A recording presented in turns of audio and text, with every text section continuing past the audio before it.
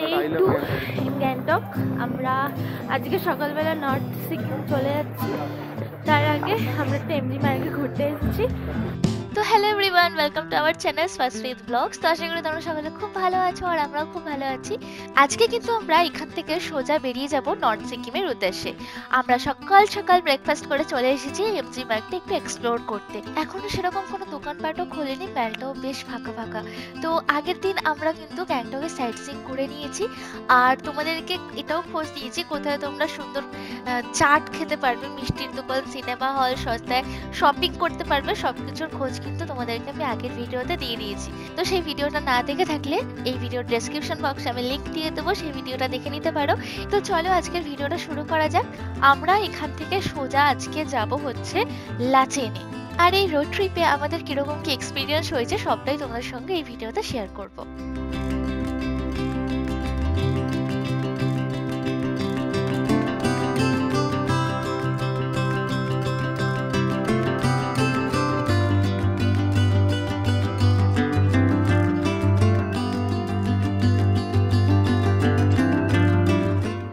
যতক্ষণ না পর্যন্ত আমাদের গাড়ি আসছে ততক্ষণে আমরা মেলটা খুব ভালো করে ঘুরে নিয়েছি আর টুকটাক কিছু শপিংও করে নিয়েছি। আর এখন আমরা এসেছি একটু আইসক্রিম খেতে। ঠান্ডাতে না আইসক্রিম খাওয়ার মজাটাই আলাদা। তো এখানে একটা দোকান থেকে আমি বেছে বেছে আইসক্রিম নিয়ে নিয়েছি। আমি নিয়েছি বাদিলালের রেড ভেলভেট আইসক্রিমটা, বেশ ভালো লাগছিল খেতে। আর আমরা গ্যাংটকে এসে না প্রচুর আইসক্রিম খেয়েছি, প্রচুর। আর এই আইসক্রিম দোকানের পাশেই অনেকগুলো গ্রসারির দোকান আছে যেখানেতে খুব সুন্দর সুন্দর কোরিয়ান নুডলস পাওয়া যায়, যেমন বুলটাকের 3x স্পাইসি, 2x স্পাইসি, এছাড়াও চিজি বা অন্যান্য কোম্পানিরও কোরিয়ান নুডলসগুলো পাওয়া যায়। তো যারা এই ধরনের নুডলস খেতে ভালোবাসো তারা গ্যাংটকে গেলে কিন্তু ওখান থেকে একটু স্টক করে নিতে ভুলো না। আমরাও কিন্তু বাড়ির জন্য অনেকগুলো প্যাকেটই কিনে এনেছিলাম, কারণ ওগুলো অ্যামাজনে একটু দাম বেশি, অ্যামাজন ফ্লিপকার্টে ওই দোকানগুলোতে একটু দাম কম। তো যাই হোক, এখানেতে স্বস্তিকও একটা কর্নেটও নিয়ে নিয়েছিল। আমরা আইসক্রিম শেষ করতে করতে আমাদের গাড়িও এসে গেছিল আর আমরা রওনাও দিয়ে দিয়েছিলাম নর্থ সিকিম যাওয়ার জন্য।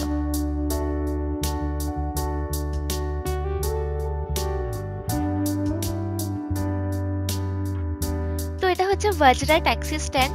নর্থ সিকিম যাওয়ার জন্য সব গাড়ি কিন্তু এইখান থেকেই ছাড়ে। যারা যারা ট্রাভেল এজেন্সির সঙ্গে ঘুরতে যাবে না বা নিজেরা ঘুরতে যাচ্ছ তারা এই জায়গাটা খুব ভালো করে দেখে রাখো। এইখান থেকে কিন্তু তোমরা নর্থ সিকিম যাওয়ার মানে লাচুং যাওয়ার কিন্তু শেয়ার গাড়ি পেয়ে যাবে। আর এখান থেকে তোমরা যেই প্যাকেজই বুক করো না কেন, যতদিনের নর্থ সিকিমের ট্রিপ হবে ততদিনের স্টে, খাওয়া দাওয়া সব নিয়ে কিন্তু এরা প্যাকেজ অফার করে। আর এটা আমাদের পার্সোনালি মনে হয় নর্থ সিকিমে একা একা ঘুরতে যাওয়ার থেকে এখান থেকে প্যাকেজ নিয়ে নেওয়াটাই বেটার। আর গ্যাংটকের এমজি মার্গ থেকে এই জায়গাটা আসার জন্য ট্যাক্সি ফেয়ার 500 টাকা চাইবে, বাট সেটা বার্গেনিং করে কিন্তু কমানো যায়।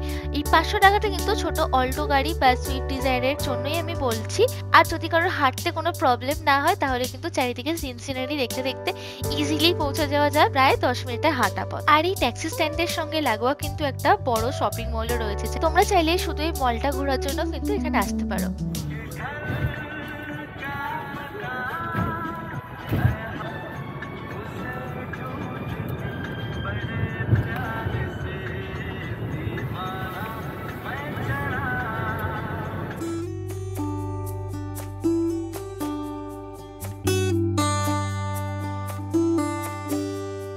প্রায় অনেকটা রাস্তা জার্নি করার পর আমরা এখন ফার্স্ট হল্ট নিয়েছি একটা জায়গাতে। এখান থেকে বেশ সুন্দর ভিউ দেখা যাচ্ছে পাহাড়ের।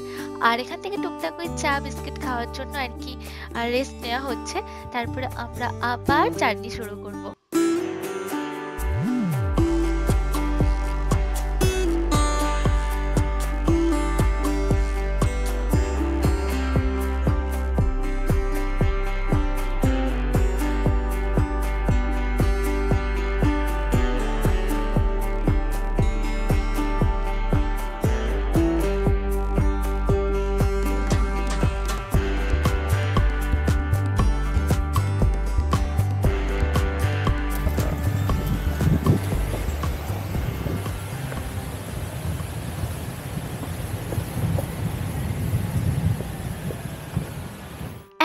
রাস্তা জার্নি করে আসার পর এই ব্রিজটা ক্রস করতে ফাইনালি শুরু হচ্ছে নর্থ সিকিমের রাস্তা। তো বন্ধুরা, welcome to north Sikkim.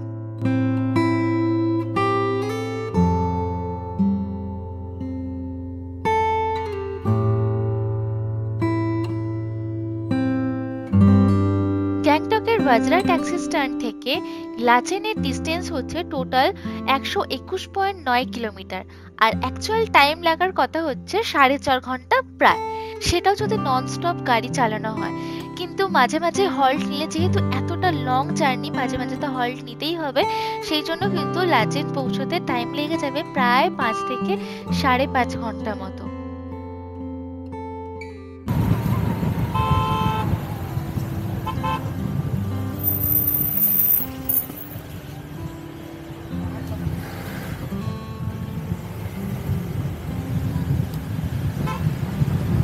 Lachen পৌঁছাতে পৌঁছাতে রাস্তাতেই আমরা দেখে নিলাম ওখানকার ফেমাস সেভেন সিস্টার্স ফলস। এই ওয়াটারফলটার নাম সেভেন সিস্টার্স ওয়াটারফল কেন দেওয়া হয়েছে সেটা কি তোমরা জানো? কারণ এই ওয়াটারফলের জলটা যখন উপর থেকে নিচে পড়ে তখন কিন্তু টোটাল 7টা ধাপে পড়ে, কিন্তু আমরা যখন সেটা নিচ থেকে দেখি তখন কিন্তু আমরা টোটাল 4টে ধাপ দেখতে পাই।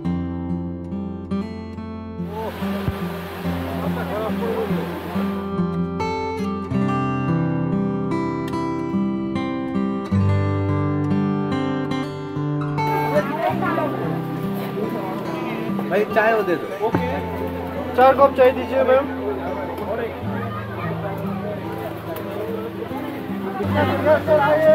গরম গরম মোমো সেভেন সিস্টার ফলসে, খেয়ে বলো কেমন?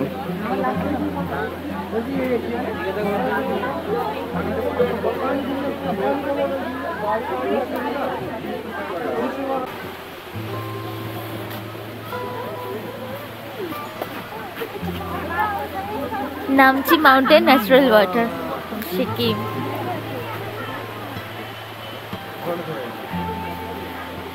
সিকিম সিকিম।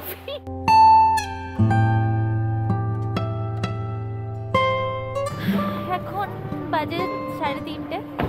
জার্নির মাঝে আমরা টুক করে লাঞ্চও সেরে নিয়েছিলাম। তো খেতে খেতে আনফরচুনেটলি ওখানকার লাইটও চলে গেছিল, তো ভালো করে ভিডিও করা হয়নি। দেন খেতে আবার আমরা যাত্রা শুরু করলাম।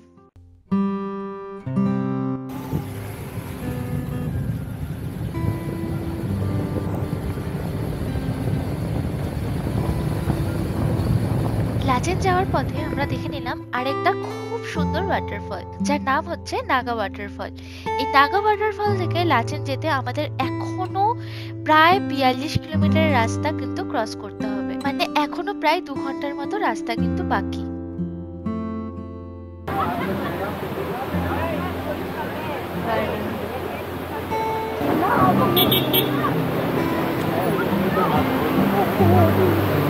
তো এটা হচ্ছে সেই জায়গা যেখান থেকে আমরা আর আমাদের সাথে কোনো রকম বাজে কোয়ালিটির প্লাস্টিকের বোতল ক্যারি করতে পারবো না। তো এরপর থেকে একদম প্লাস্টিকের বোতল নিষিদ্ধ, তাই প্লাস্টিকের বোতল আমাদের কাছে যা ছিল সেগুলো ফেলে দিয়ে আসছি। গাইড ওয়েস্ট এখানে জায়গা রয়েছে, সেখানে ফেলে দিতে হবে।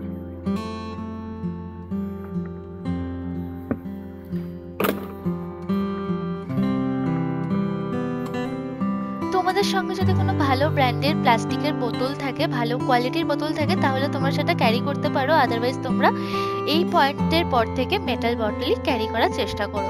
তাছাড়া এই পয়েন্টে কিন্তু নর্থ সিকিম যাওয়ার পারমিটটাও খুব ভালোভাবে চেক করা হয়।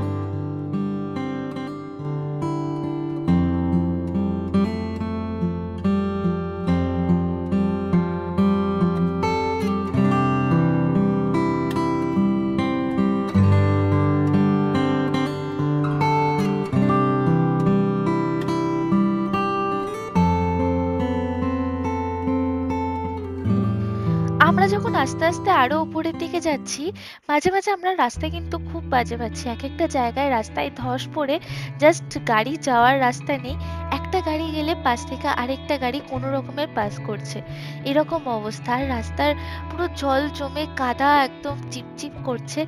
ম্যাক্সিমাম জায়গাতেই রাস্তার অবস্থা খুবই খারাপ, তোমরা যেমনটা দেখতেই পাচ্ছ। কোনো রকমের সারাই করে জাস্ট গাড়ি যাওয়ার ব্যবস্থাটুকু করেছে। আর সত্যি কথা বলতে এই রাস্তাগুলো দিয়ে যেতে বেশ ভয়ই লাগছিল। আর এই নর্থ সিকিমের সিকিউরিটি কিন্তু খুব স্ট্রিক্ট, তোমরা দেখতেই পাচ্ছ। এই টোটাল রাস্তার মাঝে মাঝেই কিন্তু আমাদের ইন্ডিয়ান আর্মির ক্যাম্প রয়েছে, তো এই জায়গাগুলো কিন্তু খুব সেন্সিটিভ এরিয়া।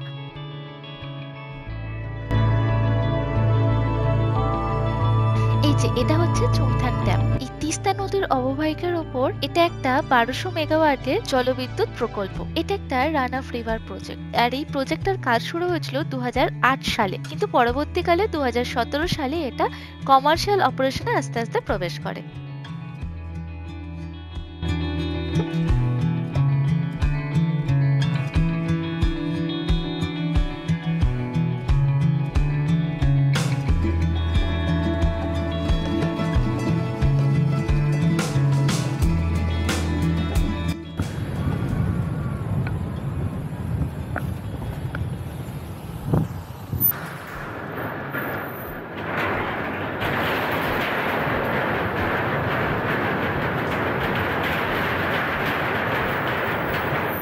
আমরা কিন্তু এখন তিস্তা নদীকে পাশে রেখেই রাস্তা দিয়ে এগিয়ে যাচ্ছি। যত উপরের দিকে যাচ্ছি তত আরো ঠান্ডা বাড়ছে।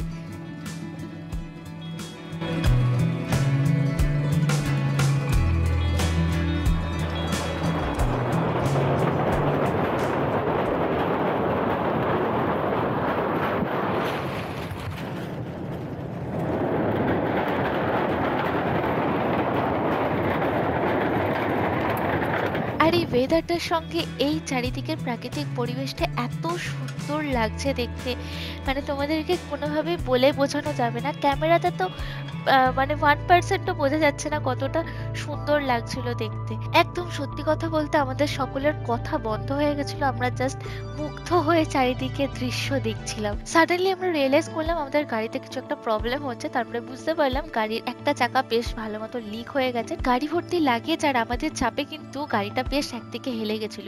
আর এরকম দুর্গম রাস্তা দিয়ে ওই গাড়িতে করে জার্নি করাটা বেশ ভালোই রিস্কি ছিল। তো যাই হোক, ওই অবস্থাতেই আমরা কোনো রকমের লাচেন পৌঁছালাম ফাইনালি। আর এই রাত্রিবেলা লাচেনে যা ঠান্ডা, জাস্ট হাড় কাঁপানো ঠান্ডা। আর এটা হচ্ছে আমাদের একটা রুম। ঘরের ভেতরের দিকটা সবটাই কাঠ দিয়ে বানানো, এটা পুরোটাই ঠান্ডা আটকাবার জন্য। আর এটা হচ্ছে আমাদের আরেকটা রুম। তো তোমাদেরকে ছোট্ট করে রুম টুরটা দিয়ে দিলাম। এইবারে চট করে আমরা রাতের ডিনারটাও সেরে নেবো।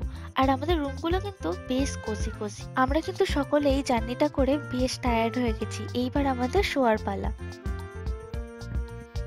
এখন বাজে রাত 9টা। যথেষ্ট ঠান্ডা দেখতে পাচ্ছেন। ঋতিকা অলরেডি ডবল কম্বল মুড়ি দিয়ে শুয়ে পড়েছে, চাদর আর দুটো কম্বল। সকালবেলা নাকি পাশের পাহাড়ে দেখা যায় বরফ টরফ পড়তে। চলুন দেখা হচ্ছে সকালে। Good night.